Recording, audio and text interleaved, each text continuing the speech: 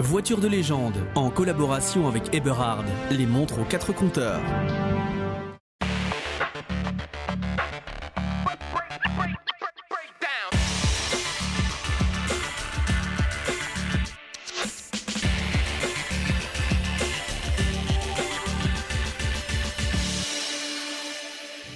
Bienvenue dans Voiture de légende, au fin fond des Ardennes, en ce printemps un peu pourri, il faut le dire, mais pour la bonne cause, puisque nous sommes sur la route de l'ING Ardennes Roads, qui est sans doute le rallye classique le plus prestigieux, le plus authentique organisé dans notre pays. Ce sera un peu le décor de notre émission cette fois, mais nous allons évidemment nous rendre sur d'autres épreuves, notamment un tout nouveau rallye qui s'appelle le Classic Spring Roads. C'est la réponse de Willy Lux, vraisemblablement, à la bergère.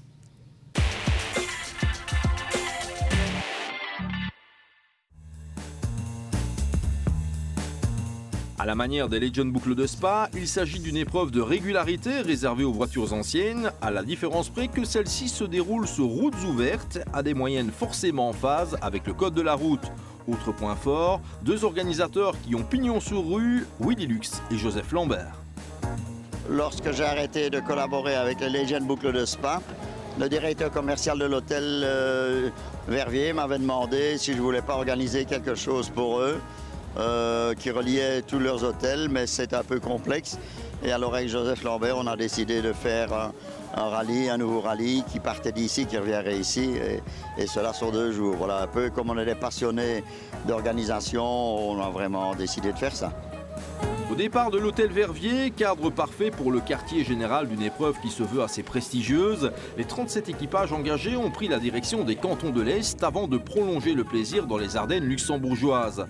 Au programme de cette première édition, 550 km répartis en une journée et demie, dont 340 bornes de tests de régularité avec plus de 150 prises de temps. Objectif, respecter à la seconde près une vitesse moyenne toujours inférieure à 50 km/h sur des routes de campagne désertes ou presque, moyenne tombant à 36 km/h lorsque la caravane traversait l'un ou l'autre village. On est donc loin d'une épreuve de vitesse nécessitant des conditions d'encadrement drastiques qui relèvent de plans de sécurité approuvés en haut lieu. Ces rallyes de régularité s'apparentent donc à de grands jeux de société pour adultes, amateurs de voitures anciennes, et force est de reconnaître que le duo Lux-Lambert a fait l'unanimité dès sa première organisation. C'est un peu les jeux de piste des Boy Scouts adultes. Et donc, moi, ça m'amuse, même si ce n'est pas vraiment de la vitesse pure. Il y a de temps en temps, quand même, où il faut respecter une moyenne, pas toujours facile, avec des épingles et des choses comme ça. Donc, non, c'est amusant. Et puis, on fait rouler ces vieilles voitures. Moi, j'ai une Porsche 65 qui était la mienne à l'époque et que j'ai rachetée il y a une dizaine d'années. Donc, c'est très gai de faire rouler ces vieilles voitures qui marchent super bien. Et puis, on se retrouve aussi avec tous les anciens de l'époque, quoi, hein. Willy Lux, j'ai roulé avec lui en rallye. Donc, quand il m'a dit qu'il organisait un rallye, je dis, ben là, je viens à coup sûr, quoi. Ajoutez à la beauté et à l'éclectisme du parcours des conditions météo délicates, surtout le samedi, ce qui a rendu les routes et chemins glissants, et vous obtenez des Classic Spring Roads sélectives à souhait, ce qui tombait plutôt bien puisque l'épreuve rassemblait la crème belge de la régularité historique, avec une victoire chez les experts de Raymond Orny et Cédric Pirotte, deuxième des dernières Legend boucles de Spa. Parmi les pilotes et copilotes régionaux qui se sont distingués ce week-end, citons Johnny Delay et sa superbe Ford Escort MK1, troisième du général, Joseph et Julien Pez sur leur traditionnel Porsche 914-6, Michel Clojean et Robert Orive sur BMW 2002 TII, ou encore Robert Van de Vorst, copilote attitré de Daniel Reuter sur cet autre Porsche 914-6. Premier examen réussi avec distinction donc pour ces nouveaux organisateurs que sont Willy Lux et Joseph Lambert, qui n'ont plus qu'à plancher sur la deuxième édition des Classic Spring Roads. Le grand avantage de la région germanophone est que les villages sont très concentrés, il y a peu d'habitats dispersés, donc on peut trouver de grandes distances entre deux villages, sans maison, où on ne perturbe pas les gens. Et en plus, ils ont une infrastructure routière qui est très bien développée et en très bon état, où dans des villages comme dans cette région ici, on a énormément de chemins de terre, et bien là-bas tout est asphalté, donc c'est un magnifique terrain de jeu. Prochaine organisation du genre dans la région, la Coupe des Sources au départ de Theux à la fin septembre.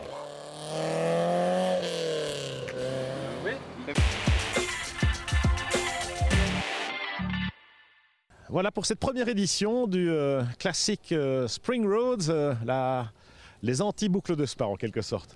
On se retrouve avec Jacques Breuer à côté d'une Porsche. Là, il y a une très belle Porsche 911 ici à ce ING Ardennes Roads. Mais on va parler d'une autre Porsche, mon cher Jacques. C'est évidemment une voiture de légende en particulier, hein, la 917. Alors pourquoi la 917 ? Racontez-nous un peu l'aventure qui attend ce châssis numéro 021, si je ne m'abuse. Tout à fait. Mais ce châssis est tout à fait spécial parce qu'elle a une vie assez rocambolesque. En fait, elle a eu 2 châssis.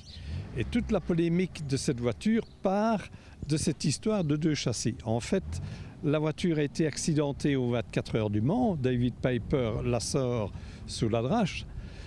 La voiture rentre au stand et Van Lennep repart avec et fait un accident parce que le châssis était abîmé.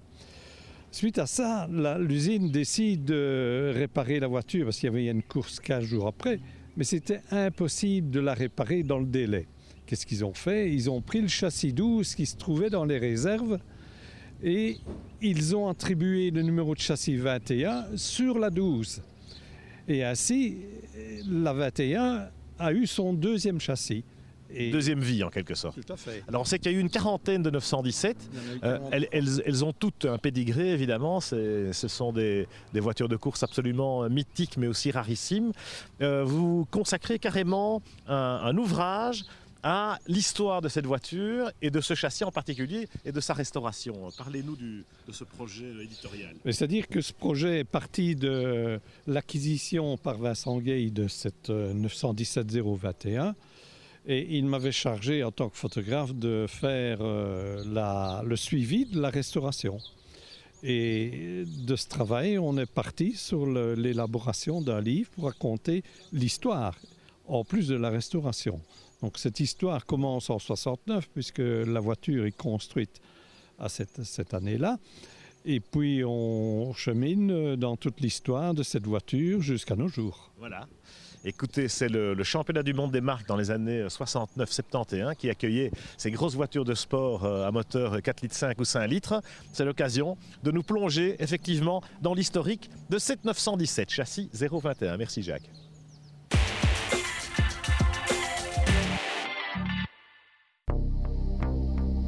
C'est l'histoire d'un bolide de légende, l'une des 25 Porsche 917 construites en 1969 pour les besoins du championnat du monde. Le châssis 021 qui a successivement été vêtu de jaune et de rouge, puis de mauve et de vert.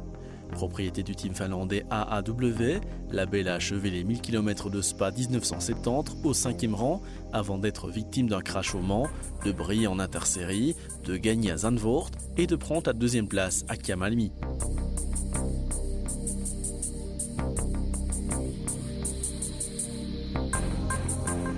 Au terme de la saison 1970, la 917 châssis 021 est repassée chez Porsche pour ensuite connaître différents propriétaires. Fresinger, Grossman, March, Rahal, Barasi et depuis 2007 un Belge, Vincent Gay. Spécialiste S horlogerie et passionné de belle mécanique. Il y a de cela maintenant 5 ans, j'ai une connaissance qui m'a fait le privilège de conduire sa 917. Et j'ai fait 20 minutes de circuit avec cette fantastique 917. Et donc, dès ce moment-là, petit à petit, l'idée m'est venue de vouloir acquérir ce genre de véhicule. Et je me suis mis en chasse de trouver un numéro de châssis authentique et surtout disponible. Le choix de Vincent Gay se porte sur le châssis 021 et pour en assurer une restauration aussi totale que parfaite, le nouveau tuteur du bolide se tourne vers la société Mec Auto de Baleine en région liégeoise. 4 années durant, les frères Stéphane et Mike Kupka vont s'atteler à rendre vie à cette voiture qui a valeur de mythe. Restaurer une 917, c'est un véritable travail qu'il faut confier à des grands professionnels. Et là, Mike et Stéphane Kupka de l'entreprise Mekoto ont pris en charge le projet. Et ils ont restauré cette voiture de fond en comble, que ce soit le châssis, la carrosserie, le moteur, bien sûr, boîte, enfin tout ce qui fait qu'une voiture est à même de se mettre sur un circuit. Voilà, c'est une entreprise qui a duré près de 4 ans, tellement certains aspects de la restauration ont été complexes. Et donc, on a dû s'adresser à des ateliers et à des entreprises très pointues pour arriver à faire en sorte que la voiture soit ici présente. Particularité de cette superbe restauration, les spécialistes de Mekoto l'ont réalisée en collaborant avec d'autres sociétés très pointues, belges pour la plupart. Il est vrai que notre pays ne manque pas d'orfèvres en sport automobile, artisanat ou haute technologie. Eh bien, ça, c'était encore un des challenges. On voulait que ça soit fait au maximum en Belgique. Et toutes les sociétés qui ont travaillé avec nous, mis à part une, sont donc en Belgique. Et je trouve que c'est formidable parce que on a montré même aux Allemands que les petits Belges sont quand même pas si bêtes.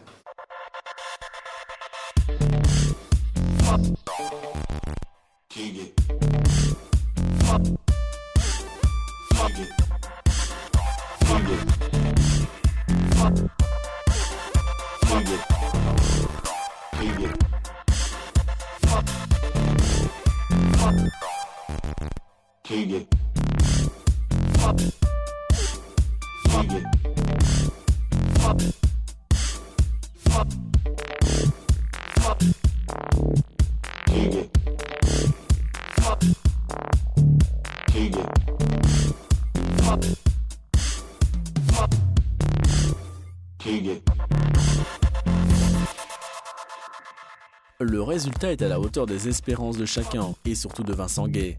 Non seulement la Porsche 917 021 a repris son envol, mais au terme de quelques journées d'essai à Francorchamps, elle semble quasiment prête à retrouver l'univers de la compétition et côtoyer sur la piste d'autres bijoux issus de l'époque dorée de l'endurance. Si nous arrivons à tout optimiser, à rendre la voiture compétitive, elle devrait s'aligner à Spa fin mai dans le cadre des Spa classiques, mais également au Mans classique, et où bien entendu les 917 se sont illustrés, et en particulier en 1970, puisque c'est la première fois qu'une Porsche gagnait les 24 heures du Mans, et c'était une 917. Voilà.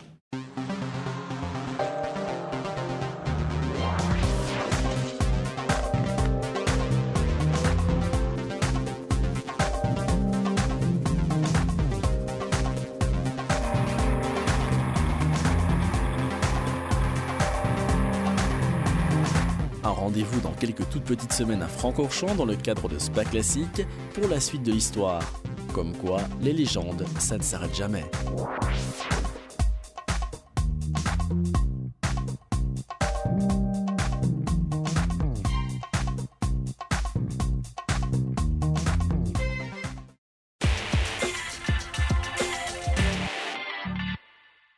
Magnifique Porsche 917 et formidable initiative que celle de Vincent Guay de la remettre à neuf, et puis de Jacques Breuer de nous proposer un bel ouvrage qui va raconter cette formidable histoire. Le soleil revient sur les Ardennes et sur le rallye ING Ardennes Roads, tant mieux pour les concurrents qui peuvent un peu se réchauffer, se mettre au sec.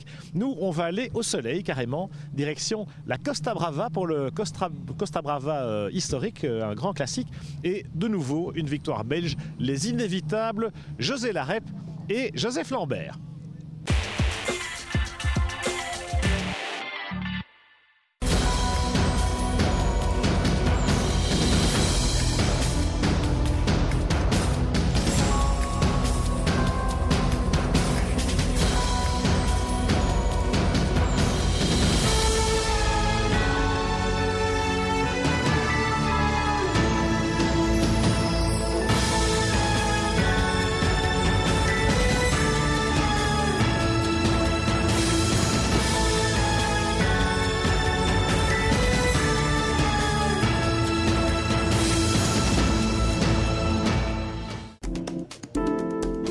C'est à Barcelone qu'a débuté les hostilités. Cette 9e édition du rallye historique de la Costa Brava est la 3e course la plus importante de régularité sur un routier espagnol à partir de Barcelone.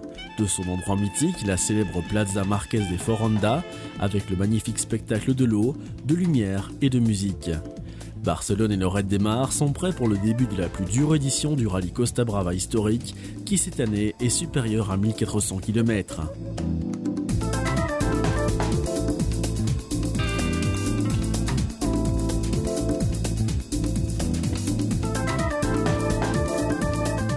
Lloret de Mar, envahie par les vieilles mécaniques, l'illusion est parfaite. La célèbre station balnéaire espagnole avait retrouvé les couleurs, décors et vrombissements mécaniques qui étaient siens lorsque le rallye de Catalogne, manche du WRC, y était domicilié en son temps. Seul le matériel dénote un peu, et pour cause, on est désormais en présence d'une épreuve pour voitures anciennes. Le 9e Costa Brava historique 2012 a attiré 90 équipages, dont plusieurs Belges venus avec de réelles ambitions.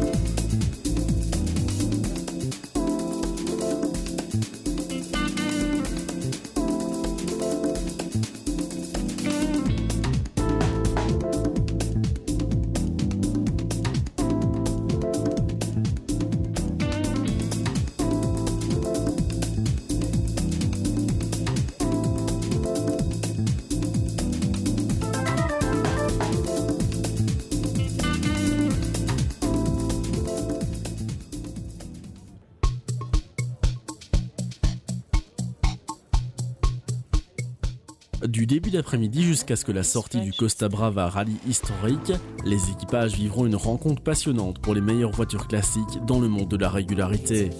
Les pilotes prennent à partir de 15h les vérifications administratives des commissaires techniques, puis les véhicules sont placés dans le parc fermé. French style.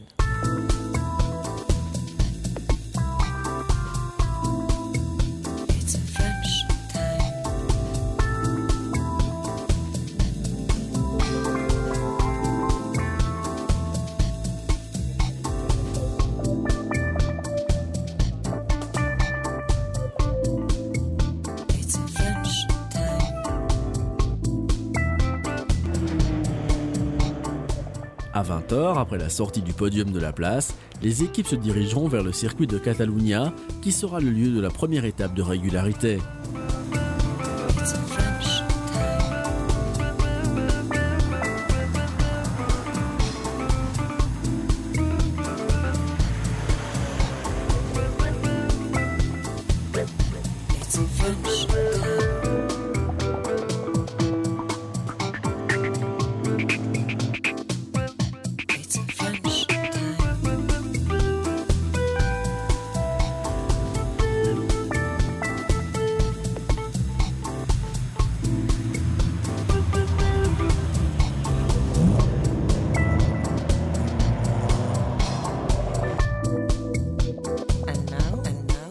French style.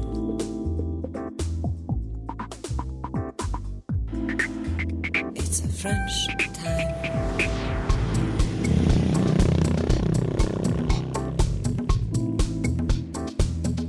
It's a French time.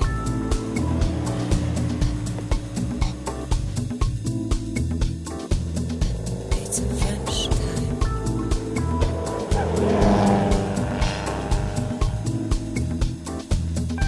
It's a French time.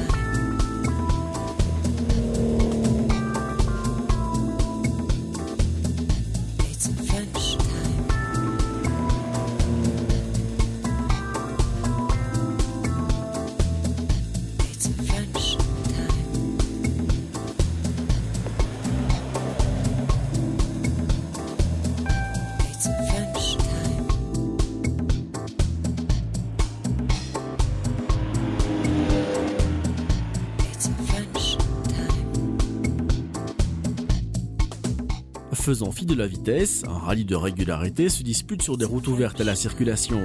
Donc il respecte pleinement le code de la route et ses spécifications.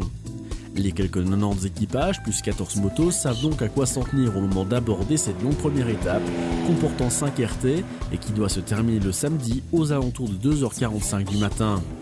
Cette première étape de 275 km emprunte les routes entre le circuit de Catalunya et Lloret de Mar, en passant par les villes comme El Farell de Sévarevel et Gladelons.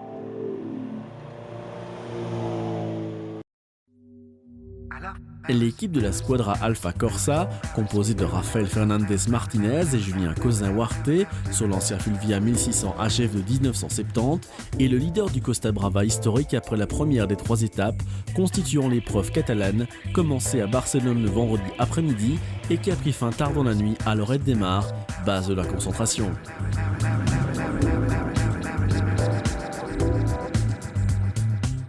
Les horaires prévus par l'organisation se trouvaient un peu perturbés et le départ de la deuxième étape subissait un retard de 60 minutes. Les organisateurs s'excusaient de la gêne occasionnée. Le départ démarrait du podium situé sur l'esplanade du musée pour 11 RT sur un routier de plus de 280 km et retour.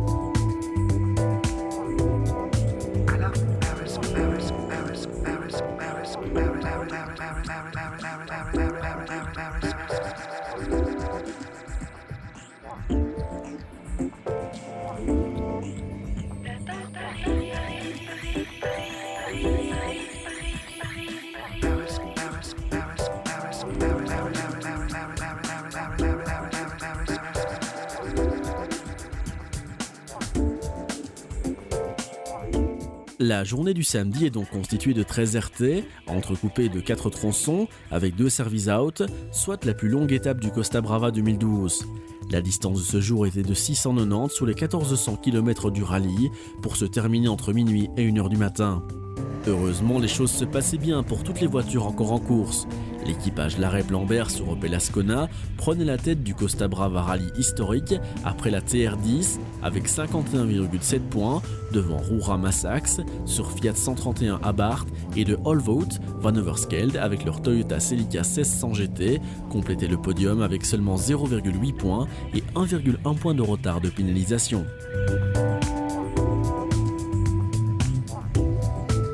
Bon voilà, hier, journée assez difficile, très piégeuse. Bon, il est vrai que nous avons connu des problèmes avec nos appareils électroniques en fin de journée, donc ça nous a un peu défavorisés. Mais je pense que dans les spéciales comme Rupit et tout ça, nous avons été très bons. Maintenant, on attend un petit peu de voir cette journée aujourd'hui, qui pour moi est la journée la plus difficile, today, aujourd'hui. L'équipe belge composée de Joseph Larep et Joseph Lambert sur sa traditionnelle Opel Ascona 2L de 1978 a donc remporté la 9e édition du Rallye Costa Brava, organisée par le Rallye Classics, une des épreuves de régularité sur route la plus importante de l'Espagne. La domination a été totale pour le REC Belgique car un autre équipage belge complète la deuxième marche du podium catalan. On retrouve un partenaire du tandem des gagnants, Dominique Holvoet et Björn Van Overskelde, sur Toyota Celica. Le premier espagnol classé 3e sur le podium est le local José Luis Manrazzo, Marcos Domingo, sur BMW 2002 Ti de 1967 de la Scuderia Classic Lorette.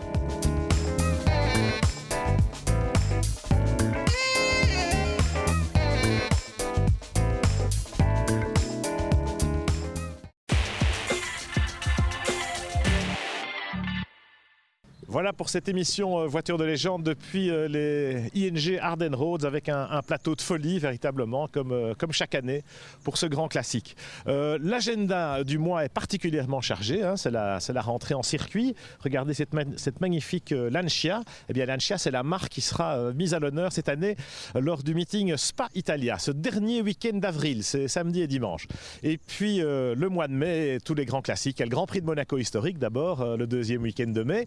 Nous nous aurons le Rallye des Princesses fin mai, un week-end très chargé puisque c'est aussi le week-end de Spa Classic. Spa Classic, c'est Francorchamps qui se donne rendez-vous avec son histoire, avec les plus belles voitures de compétition, d'endurance, mais aussi de Formule 1, des anciennes Formule 1, sur le plus beau circuit du monde. Ce sera les 26 et 27 mai à Spa-Francorchamps, le week-end où on vous retrouvera aussi en direct sur BTV pour la retransmission en direct des 500 matchs d'Indianapolis, pas moins. Voilà, un programme chargé, un mois de mai dans lequel on fait ce qui nous plaît.